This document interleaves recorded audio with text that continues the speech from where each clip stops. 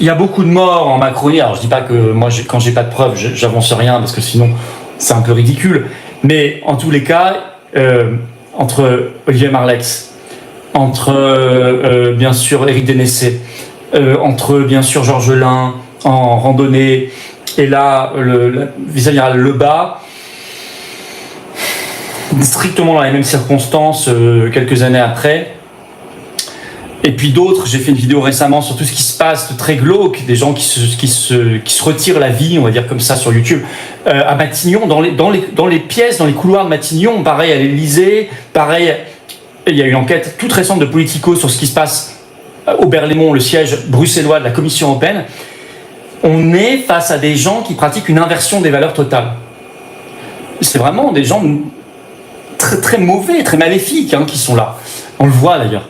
Et vraiment, ils maltraitent leur propre personnel comme ils maltraitent les peuples.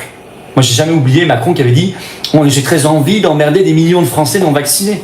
Il faut remettre les choses à l'endroit. C'est un combat vraiment fondamental que nous menons. Il y a des victimes en France qui portent plainte contre l'État français parce qu'il n'a jamais interrogé notamment Daniel Siad, alors qu'ils avaient prévenu avant que Daniel Siad, en juillet dernier, a été retrouvé mort pour une raison inconnue, même l'autopsie, parce que j'ai suivi le dossier, l'autopsie ne dit toujours pas de quoi il est mort. Alors qu'ils avaient prévenu qu'il risquait d'être éliminé et qu'il fallait l'interroger au plus vite. La justice ne l'a jamais interrogé. Vous savez que maintenant c'est les ingérences iraniennes. Quand vous dites Frexit ou soutien aux paysans, c'est ma vidéo du jour si vous ne l'avez pas vue. France Info vous a dit ça c'est iranien. Voilà. Bon. Macron démission, c'est iranien aussi. Mais alors, justement, vous avez Marianne qui a enquêté sur ça. Et qui là aussi, désolé, dit strictement ce qu'on dit, alors on nous a traité de complotistes, etc. C'est sorti ce 13 août. Écoutez l'article de Marianne. En ligne de mire se dresse l'inquiétante perspective d'une remise en cause du résultat de la prochaine élection présidentielle. En 2024, en Roumanie, la Commission européenne a pris prétexte de vidéos de soutien au candidat pro-russe Călin Georgescu, publiées sur le réseau TikTok pour pousser la Cour constitutionnelle à annuler le scrutin. En janvier 2025, l'ex-commissaire européen Thierry Breton déclarait qu'il fallait évidemment utiliser la même méthode si c'était nécessaire en Allemagne, c'est-à-dire en cas de victoire du parti l'AfD. Entre installer le soupçon autour de la sincérité d'une élection et demander son abrogation, il y a un pas que nous ne franchissons pour l'heure que dans un exercice de fiction. On va y revenir. Mais, conclut Marianne, même Marianne, ce 13 août, il convient de rester vigilant. Les plus farouches ennemis de la démocratie ne sont parfois pas ceux que l'on croit. Donc là, ils disent les ingérences étrangères servent de prétexte à annuler éventuellement l'élection comme en Roumanie et comme Breton l'avait dit pour l'Allemagne. Qui dit ça depuis des mois et même maintenant des années? On s'est fait traiter de tous les noms encore récemment pour le dire. Même Nunes m'a désigné comme l'adversaire numéro 1, il était interviewé il y a quelques jours sur BFM TV, en disant, quand il dit ça, Florian Philippot, il m'a cité. Il dit la même chose que Xenia Fedorova. Donc je dois être expulsé de France, je pense. Bon, et n'ayant qu'une seule nationalité, elle est française, je sais pas où je vais aller. J'espère que certains m'hébergeront, mais peut-être aller sur la Lune. En tous les cas, là, c'est Marianne qui l'écrit. Pour Macron, c'est un véritable accroc dans sa stratégie. Alors c'est une surprise, parce que c'est le Conseil constitutionnel, je ne sais pas si vous l'avez vu, c'est tombé cet après-midi, le Conseil constitutionnel a censuré la loi, en tout cas l'article 1, donc c'est l'article principal de la loi, qui prévoit la création du pass numérique, c'est-à-dire l'interdiction des réseaux sociaux pour les moins de 15 ans, au nom de tout à fait nos arguments, comme quoi on avait bien compris les principes fondamentaux, au nom d'une atteinte disproportionnée à la liberté d'expression et de communication. Et en disant, alors je vais vous citer, en disant quelque chose qui est tout à fait notre argument, comme quoi c'est nous qui avions raison, évidemment, le point 20 de sa décision, en interdisant l'accès de tout mineur de moins de 15 ans à certains services en ligne, les dispositions contestées impliquent par elles-mêmes que toute personne, même majeure, fasse la preuve de son âge avant d'y accéder. C'était la pure logique, et ça, il dit, il y a un problème. Alors il dit une chose très importante, il dit, vous n'expliquez pas comment vous allez vérifier l'âge de tout le monde. Et donc, ça ne marche pas. Or, et c'est vrai, je vous rappelle, je vous précise, que dans le droit européen, vous n'avez pas le droit de préciser dans la loi comment vous allez vérifier cela. Vous ne pouvez pas le faire parce que c'est l'Union européenne qui a dit elle-même, c'est nous qui nous en chargeons, vous n'avez pas le droit, vous, de dire comment vous allez faire. Or, le Conseil constitutionnel dit, tant que vous ne précisez pas, c'est pas constitutionnel. Alors maintenant, on va regarder d'abord cette loi. Cette loi, elle a été votée en première lecture en janvier dernier, et elle a été votée par les macronistes, LR, PS et RN. Je le rappelle. Et elle est passée en deuxième lecture en juillet, et elle a été votée par les macronistes, LR et PS, et les RN se sont abstenus. Ils n'ont pas voté contre. Sous la pression, parce qu'on a fait une pression énorme, ils sont passés de pour à abstention, mais ils savaient très bien ce qu'ils faisaient. En refusant de voter contre, ils ont laissé passer la loi. Donc ils sont tout aussi responsables que s'ils avaient voté pour.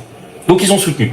Je rappelle que le 26 novembre 2025, il y a l'année dernière, au Parlement européen, tous leurs eurodéputés ont déjà voté, comme 100% des eurodéputés français ont déjà voté la résolution qui demande la même chose au niveau européen, pour les moins de 16 ans. D'accord ? Bon, donc si vous voyez ce soir, ou dans les jours qui viennent, des députés ou eurodéputés ou cadres RN qui font les malins en disant « Ah, Macron s'est pris une tôle avec cette décision du Conseil constitutionnel, vive la liberté, etc. » Quel que soit ce député, cet eurodéputé, même si lui, à titre personnel, il n'est peut-être pas d'accord avec son parti, je m'en fiche, s'il n'est pas d'accord, il s'en va.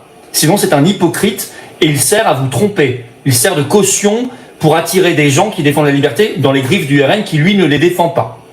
Donc, il n'y a rien de pire, c'est un traître. Quand vous n'êtes pas d'accord avec votre parti, mais que vous acceptez d'en prendre le salaire ou bien l'indemnité de député ou d'eurodéputé, alors que vous savez que vous êtes minoritaire, que vous n'avez plus aucune influence ni sur Marine Le Pen, ni sur Bardella, ni sur rien, vous servez juste de caution, vous savez que vous servez de caution, donc vous êtes doublement, vous êtes encore plus coupable pour moi. Vous êtes encore plus coupable. Voilà. Donc, vous devez, sinon, la seule solution digne et respectueuse de votre parole et de vos électeurs, c'est de démissionner du RN. De quitter le RN. Et vous serez notamment très bien accueillis aux Patriotes, je vous l'annonce déjà, on accueille tout le monde, nous, de droite, de gauche, peu importe, tous ceux qui défendent la France libre, la liberté, la paix, la prospérité, l'avenir de la France, l'espérance, dans le plus grand mouvement souverainiste de France que sont les Patriotes, sont les bienvenus, et ils le savent. À côté de ça, Richard Ferrand a fait passer une loi très grave, ce soir aussi, la loi euthanasie. Et ça, ils n'ont pas censuré. Et il y a 3 jours, souvenez-vous, on en avait parlé, ils ont fait passer le nouvel état d'urgence, l'état d'alerte de sécurité nationale dans le cadre de la loi de programmation militaire, sans même aucune réserve. Et ça, c'est une véritable cochonnerie qu'a fait le Conseil constitutionnel. Donc, si vous voulez, ils ont fait passer ces derniers temps tellement de choses, y compris aujourd'hui la loi euthanasie. Alors, ils ont ajouté tout simplement 3 réserves. Ils ont ajouté que, on va quand même les lire, il y a 3 petites réserves. Bon, les établissements privés, par exemple catholiques, de santé, peuvent refuser d'accueillir la procédure d'euthanasie si elle va à l'encontre de leur mission, de leur projet, à condition que dans le coin, il y ait d'autres établissements publics qui proposent la même chose. Sinon, ils seront obligés de le faire. Bon, ça, c'était pas prévu par la loi, c'est rajouté par le Conseil constitutionnel. Par ailleurs, le Conseil constitutionnel a rajouté la liberté de conscience pour les pharmaciens lorsqu'il s'agit de préparer ou de délivrer la substance qui va tuer les gens. Là, ils ont le droit de refuser, c'était pas prévu dans la loi. Et il a ajouté que pour les majeurs protégés, donc sous tutelle, sous curatelle, les observations de la personne chargée de leur protection doivent être réellement prises en compte dans la décision médicale. Donc il y a une petite protection supplémentaire. Donc il a ajouté 2-3 trucs qui protègent un peu plus, mais il a validé, le problème c'est le principe. Bon, voilà. Ok. Donc en fait, Richard Ferrand, il pouvait pas tout valider à 100%, donc ils ont fait ce truc-là. Sachant que, alors ça embête quand même Macron. Pourquoi ? Parce que septembre c'est le début de la campagne présidentielle et que lui il comptait sur septembre pour être tranquille, qu'il y ait ce pass numérique qui s'applique immédiatement sur les réseaux sociaux et que ça perturbe immédiatement l'expression publique de candidats comme nous qui comptons comme moi essentiellement sur les réseaux sociaux. D'accord. Alors là il pourra pas le faire. Alors là et ce soir il a demandé à son Premier ministre Lecornu de rédiger une nouvelle loi pour que ça passe au printemps prochain. Printemps c'est la fin de la campagne présidentielle. Donc pour lui c'est pas très bon. Et il faudrait en plus rédiger la loi de telle manière à ce que cette fois-ci ce soit plus censuré, etc. Donc ça sera forcément une loi moins stricte, moins liberticide, même si elle restera inacceptable. Donc c'est pas bon pour lui. Il y a un autre truc qui m'embête plus, je vais vous dire. Et là tout de suite, j'ai allumé l'alerte rouge.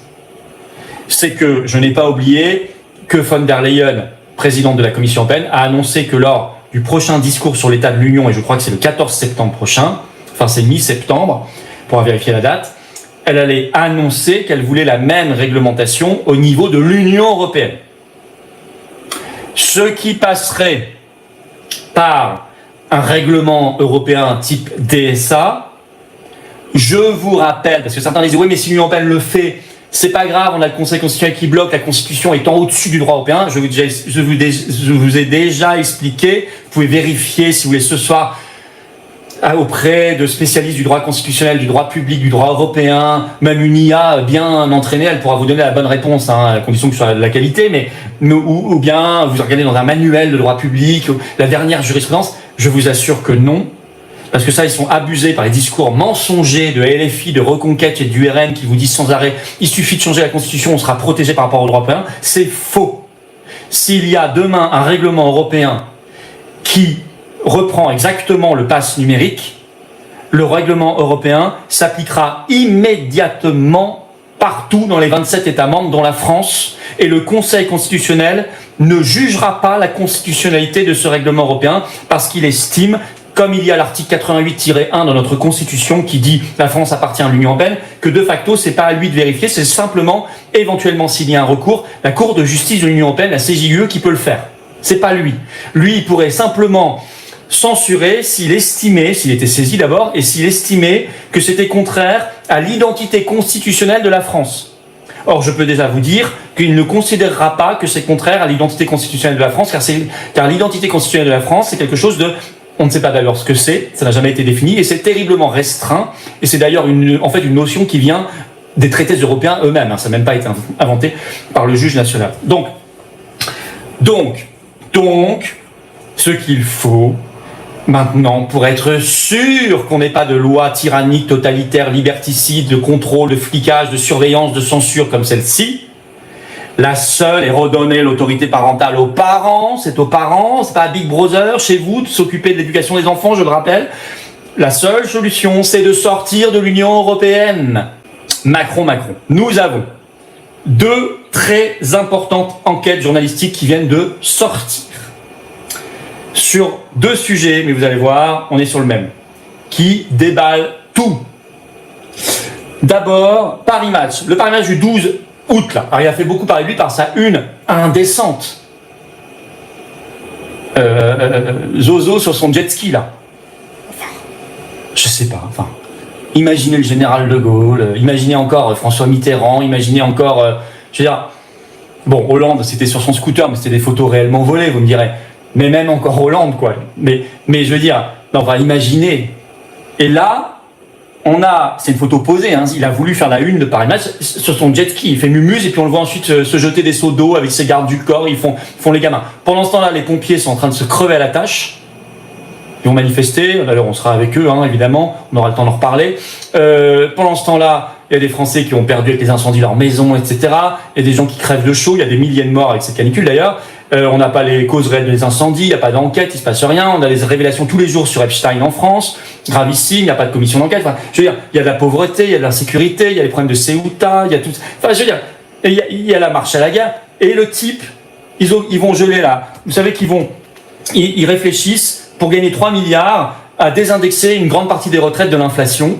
3 milliards, c'est d'ailleurs... Alors, 3 milliards, c'est l'augmentation l'année prochaine de notre participation financière au budget de l'Union européenne. Elle va augmenter 3 milliards. Voilà, hop. Et puis, ils veulent aussi, là, ils vont, à partir du 1er septembre, baisser les durées d'indemnisation du chômage quand vous avez fait une rupture conventionnelle. C'est vrai que ça marche tellement bien, les ruptures conventionnelles, c'est un truc qui fonctionne. Donc, hop, on va saquer ceux qui le font, baisse des indemnités, de la durée d'indemnisation du chômage pour gagner 600 millions. 600 millions d'euros, c'est ce que le 25 juin, on a donné à l'Ukraine. Nous, Français. La première part des 17 milliards qu'on va donner à l'Ukraine. Voilà. Pendant ce temps-là, vous avez Moumoud Premier qui fait sa une sur le jet ski. Mais je sais pas. Bon, mais il n'y a pas que ça dans Paris Match. Parce qu'on a tout dit, on n'a plus envie d'en parler, c'est écœurant, on va dehors, voilà. Il n'y a pas que ça. Moi, je vais vous lire autre chose qui est dans Paris Match. Il y a, je cite, il y a cette chose qu'Emmanuel Macron peine encore à regarder en face. La fin. Dans 1 an, même pas. Il te parle comme s'il était éternel, rapporte un membre de l'exécutif. Comme s'il lui restait encore 3 mandats. Si bien qu'un jour, ce ministre l'interpella sans aucune précaution, 2 points. Que tu le veuilles ou non, il va falloir à un moment que tu partes. Le président l'entend, mais il se refuse encore à l'accepter.